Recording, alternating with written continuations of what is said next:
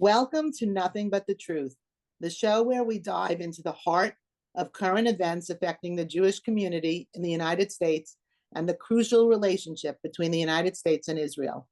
I'm Trudy Stern, and I'm thrilled to have you join me as we unravel the stories that matter most. In a world where headlines often blur the lines between fact and fiction, Nothing But the Truth is here to cut through the noise. Each week, we'll bring you in-depth discussions, expert interviews, and insightful analyses to form, engage, and empower you with the truth, unfiltered and unvarnished. So let us embark on this journey together as we seek out the truth that drives our world. This is Nothing But the Truth with Trudy. It is my pleasure to introduce my guest and very good friend, Senator Joni Ernst.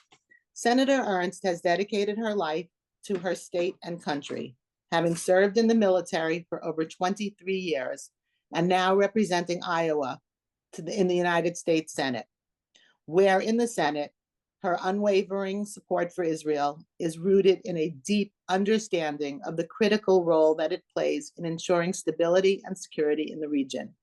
As a former lieutenant colonel in the Iowa National Guard, she brings a unique perspective to the Senate, championing policies that strengthen our alliances and enhance our national security.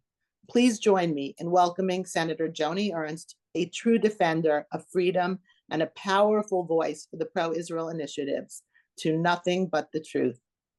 How are you, Senator Ernst? Trudy, thank you so much for this opportunity. And I know that this is going to be a very important discussion at such an important time. Well, I know that as well. And I'd like to focus our discussion tonight to foreign policy. You sit on the Abraham Accords Caucus. I think you're chair of that, and you're also on the Armed Services Committee as well. So I think you can give us a real view as to what is happening there. And if you could first start with telling us, where were you on October 5th, 2023? Oh gosh, Trudy. So I know I've shared this story with you. I've shared it with many, many others, but the early part of October of last year, I was leading a bipartisan congressional delegation in the Middle East. And so we had traveled through many countries, and on the evening of October 6th, I was in the Kingdom of Saudi Arabia. I had led my delegation in a discussion with the Crown Prince, MBS, and when we left that meeting, all of us were overjoyed because the focus, of course, on this trip was the normalization between Saudi Arabia and Israel. So then the next morning we wake up on October 7th, and I think that day will be seared in our minds forever. My staff came to me because I was scheduled to speak in Israel on October 8th. Was an invited speaker for a conference that was being held there. And on October 7th, my staff came and they said, we cannot fly into the airport at Tel Aviv. There has been a rocket attack. And you know the deal, Trudy. You get rocket attacks coming out of Gaza here and there. And so I just responded to my staff, not knowing or understanding. I just said, well, just give it a few hours. It'll be fine. They'll open the airport back up. And they said, no, ma'am, you don't understand. Israel has been invaded. It was 5,000 rockets. So it was horrifying. And the members of the delegation, again, a bipartisan delegation, we just didn't even know how to respond at that point. So we continued on to Bahrain and spent a day in Bahrain and just trying to absorb information and understand what was happening. And at that point, then we decided we will go to Jordan because I was still intent on going into Israel. It was really important for me to go stand side by side with leadership and families in Israel and show that the United States is with them through thick and thin. And we proceeded to Jordan then. So we were there for several days as we continued to go back and forth with the White House and the State Department. They were calling me, they were calling my chief of staff back here in the United States, and they were saying, you can't go into Israel. We don't want you to go to Israel. We can't support you in Israel, which I knew was untrue.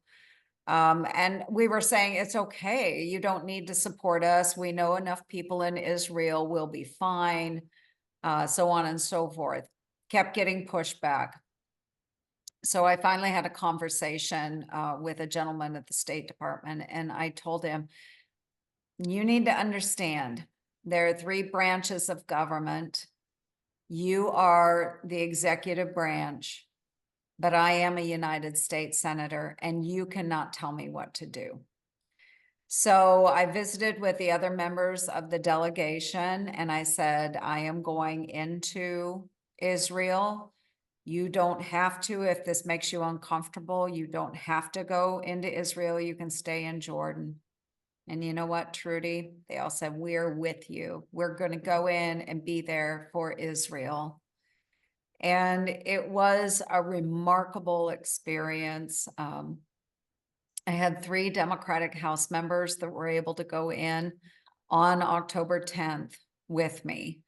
So we did. We met with Prime Minister Netanyahu. We met with the foreign minister. We met with families of those that had been kidnapped and murdered. We met with American families that had just attended the funerals of loved ones.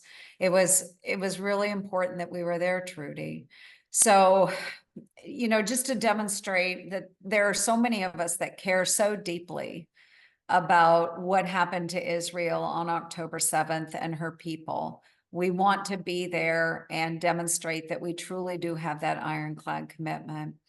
And you mentioned the Abraham Accords. I am a co-founder and co-chair of the Abraham Accords caucus in the United States Senate and United States House. We all work very well together, again, bipartisan, bicameral, committed to Israel and the Abraham Accords. The Accords have provided stability and prosperity across the Middle East. And I think that's what Hamas and Iran wanted to derail. They knew that Saudi Arabia was looking at the opportunity that Israel presented, a bright future, and they wanted to take it down. But I can say, Trudy, that they didn't take it down, and those opportunities are still there. So you feel that Saudi Arabia would still sign on to the Abraham Accords and other countries as well, even though October 7th happened? Trudy, I can say that I know that they will. That's incredible. Yes, I just returned from another delegation trip, and you know me, I am committed. So I just recently returned from my 4th trip into the region since October 7th. And that this most recent trip again, and I hit multiple countries. It's really important to do this. But one of those was the Kingdom of Saudi Arabia, where I once again did sit down with MBS, and we had a wonderful discussion. He was in high moods, high spirits. And he basically said, "Yeah, it's not a matter of if this agreement between Israel and the United States and the kingdom happens, it's just when." He did indicate that we need to find a solution in Israel, but he is intent on proceeding with this agreement. So I think he understands the significance of it. He's not going to be deterred by Iran or Hamas, Hezbollah, the Houthis. I mean, he is intent on delivering for his people a better lifestyle and an openness to the region. and he can lead in this area. We need him to lead, and Well, and he will. it is a tremendous opportunity for peace in the region, the Abraham Accords. And while President Trump was in the White House and Iran was almost broke, Yes. it seemed like, the Abraham Accords peace countries were able to sign on and, not have any threats. What has happened since then? I think there has a lot has changed in this administration Mm. with regard to Iran. Yes, what has changed? This administration. So I can be political about this. So it truly is this administration and their appeasement of Iran. So you mentioned President Trump and the prosperity, the peace, the stability that we saw across the Middle East. And the Abraham Accords had a lot to do with that because so many nations came together in support of one another to push back against Iran and the threat that they pose, the instability that they cause in that region. And this was an outlet for them, a way to collaborate and push back. So that was a great success. On top of that, President Trump also had sanctions against Iran that he actually enforced. So what we have seen since then, he also pulled us out of that disastrous Iran nuclear deal, the JCPOA.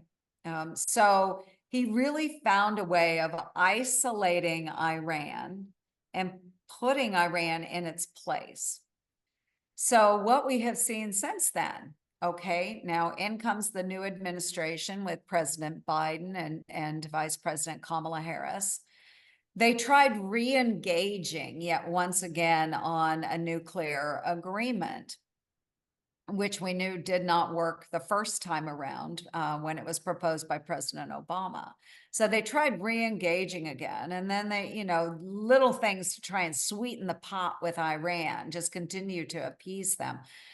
The sanctions have no longer been enforced. You were right, Iran was nearly broke when this administration came into place. But we have enriched them by not enforcing the sanctions to the tune of over $90 billion only in oil revenues. Wow. And yes, $90 billion. And you would think that Iran would use that for the benefit of their people, making sure their public is educated, well fed, there's prosperity, but that never happens with Iran, right? Right. Taking in the oil revenue, and where does it go, Trudy? It goes right to Hamas, Hezbollah, the Houthis, to advance their terror. Exactly. Exactly. So that's where we are right now. You see an administration of weakness and appeasement. And truly, when it comes to standing side by side in that supposed ironclad commitment they have with Israel, they're speaking out of both sides of their mouth. By appeasing Iran, it furthers the terror in the region. And they're also slow walking the armaments and munitions needed for Israel to actually win against these terror proxies supported by those oil revenues of Iran. So can you So explain it's that? Can you explain that that they're not sending the weapons that Israel needs in a timely fashion? Could right. So there's this thought process that if we don't release the types of munitions because we don't want to create genocide in Gaza, we'll just send other types of munitions. Nobody will notice. I mean, that seemed to be the thought of the administration. But what they're doing, they have withheld, or they won't say withheld, just outright like I do, but they will certainly slow down the delivery of the weapon systems that will be needed by the IDF to actually win the war against Hamas, to actually decimate Hamas. And the unfortunate thing is, what Israel was asking for was basically a precision guided munition or missile munition.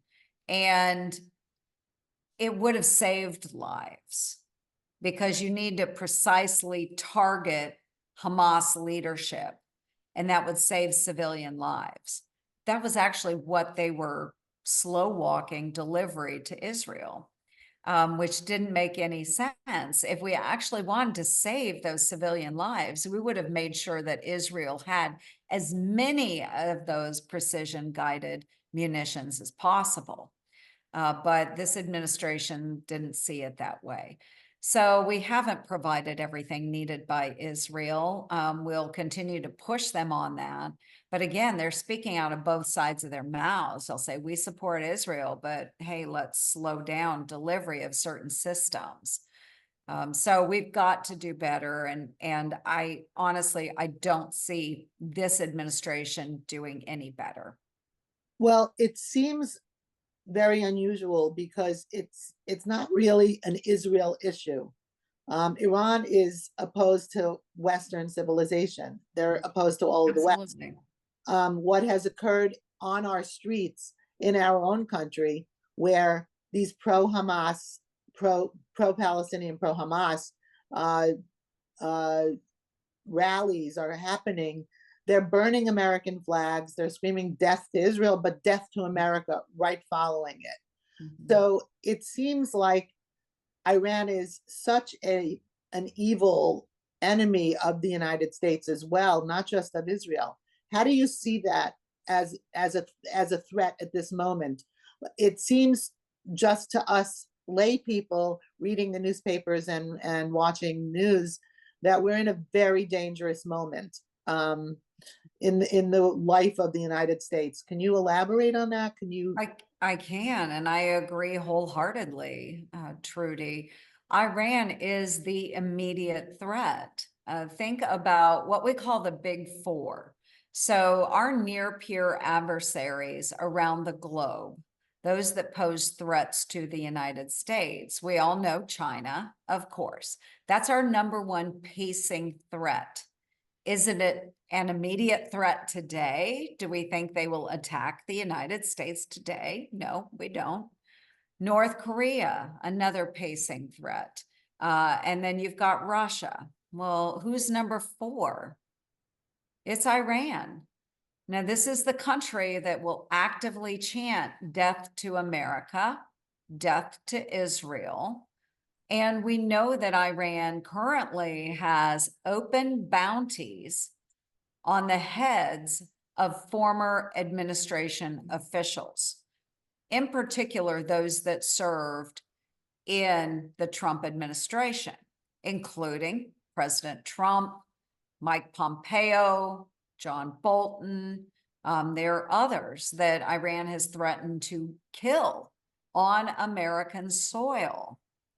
And Iran, they are the ones that even knowing this threat, this administration, President Biden, Vice President Kamala Harris, allowed visas to be given to the president of Iran and his entourage to enter into the United States to attend the United Nations General Assembly, where they gave them a platform. Which is really unbelievable. Unbelievable. They did this last year as well. I don't understand. I was actually trying to see whether or not the Ambassador Thomas sat into and listened to his speech, the president of Iran, while he was speaking, because this administration would not stay in Congress while Bibi Netanyahu was speaking at the joint session. Mm-hmm. And they are not, no one from the administration is meeting with him tomorrow either. I know he's arrived to speak to the United Nations. So I don't understand that. It is unbelievable, Trudy, that we, and when I say we, certainly not me, But this administration, the most senior leadership in the United States of America, our president, our vice president, they turn a back to the prime minister, they turn a back to Israel, and yet they will allow those that want to do our nation harm, will allow them to come into the country. And it's unforgivable to me when they are the ones that funded Hamas, that killed over 1,200 innocent men, women, children, elderly on October 7th, including over 40 Americans, and took our Americans hostage. And that brings us to the hostage question. I know that this is something that is very close to your heart. I know that for the State of the Union, you brought Ruby Chen to State of the Union. How did you become so connected to this issue and to the Chen family? Yes, this is a tough one for me. So we were in Israel, of course. We were able to go in on October 10th. And over the course of that day, we met with many families. We were moving from meeting to meeting. But one of the first calls that I received when I was in Israel, literally on the phone, I was on the phone with Roger Zackheim, who's with the Ronald Reagan Institute, and he's very close friends with the parents of Hirsch Goldberg Poland. And so he had called because he knew that Hirsch had been taken hostage. They couldn't find him. So he called me, and then my next call after receiving that call was to Roger Carstens, who is the U.S. Special Envoy for Hostages. And so I was getting basically the laydown of, what do we know? Who do we know was taken? How many Americans? It was so chaotic, Trudy. They had no idea. There were some that they could verify, but others we weren't sure of. And so through these engagements, got to know all of these families. And Ruby and Hagit are just really wonderful people. And I've engaged very heavily with all of our American hostage families. They all have incredible stories about their loved ones. And unfortunately, on that fateful day, their loved ones were taken away. But living these moments with them, it has become a passion project for me. It has become a passion project for Senator Ted Budd of North Carolina as well. So he has started engaging because he has a constituent, Keith Siegel, that's still being held as well. Aviva had been held, his wife, but she has been released. So we've gotten to know all of these families, and every moment that they are enduring this captivity, we feel little pieces of us disappearing as well. So Ruby had spent the evening with me at the State of the Union. And then I believe it was that next day, Trudy, that they found out that their son had been killed. So, you know, we go through these experiences, and I will never know the depth of the pain that each of these families is feeling, but it is very personal to me. You can't help but have it be personal. I'm a mom, I'm a grandma, and I know how devastated I would be to have a child taken or lose a child. And so it is a personal mission. I can't bear to see these families in such pain. So I am going to do everything I can to continue to engage. Each one of those trips is focused on the hostages. So Incredible, really utter, unbelievable. And yeah. how is it that the Red Cross has done zero? They met with the president of Iran, which is so shocking, where women are literally treated so horribly in Iran. And then you have this hostage situation, American hostages from all over countries of the world, and yet they're doing nothing. Nothing. And one of the first letters that I pushed out, one of the most immediate things that we could do in the Senate was to put forward a letter urging the administration to find a way to get the Red Cross and other assistance into the hostages. It was a bipartisan letter. We had overwhelming support in the United States Senate, but it just never got done. We're not able to get the food or water or medicine, blankets, you name it. We can't get that to the hostages. These are inhumane. I don't even want to call them people. They're not even people. They're animals. So we are struggling to understand where is American strength through all of this. We should be pressing every nation to do absolutely everything they can to get our hostages home. That's why we continue to engage, because our president is not. So whether it's Egypt, whether it's Qatar, Jordan, anyone that we can think of that could influence Hamas, we are there pressing them in the lack of leadership from Joe Biden and Kamala Harris. Really incredible. I think we probably should take a hint from the fact that Iran is trying to kill President Trump, that Iran has hacked into his emails and is giving that information to Kamala Harris, that they really don't want him to be president. Right. And if they don't want that, that has to be a sign that that might be very troubling to them and very good for our country. Yes. I think.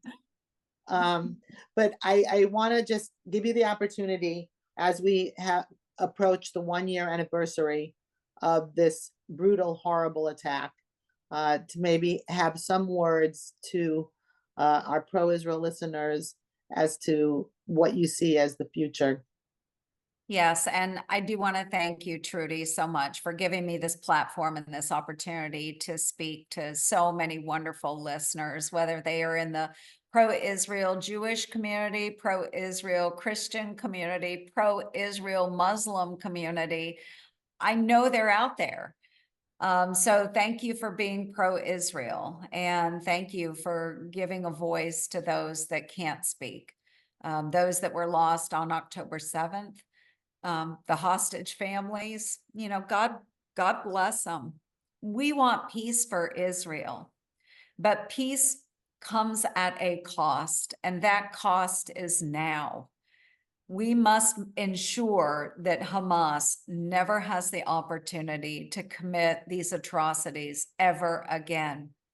We must ensure that Iran is cut off at the throat, gone, bled dry, so that they can't fund terrorism in the Middle East nor anywhere else around the world. When we do that, we will make sure that the world is a safer place. So it's just a plea to everyone that is out there. Please support Israel, support the families of the fallen, support the IDF and those that seek to bring an end to this war through the decimation of Hamas. To those that are pressing on the north, Hezbollah, the Houthis in the Red Sea, anyone connected with Iran in such a bad way, we're going to come for you. We are going to come for you. Thank you. Bless them. Thank you so much, Senator Ernst, for everything that you do. We are so fortunate. We are so lucky to have you choose to do this as your life's work, and so happy to have had you on Nothing But the Truth. And we look forward to seeing you again on our show, and wishing you peace and only good things in the future. Oh, Thank you. bless you, Trudy. Thank you so much. It's a privilege. Thank Th- you. Thank you.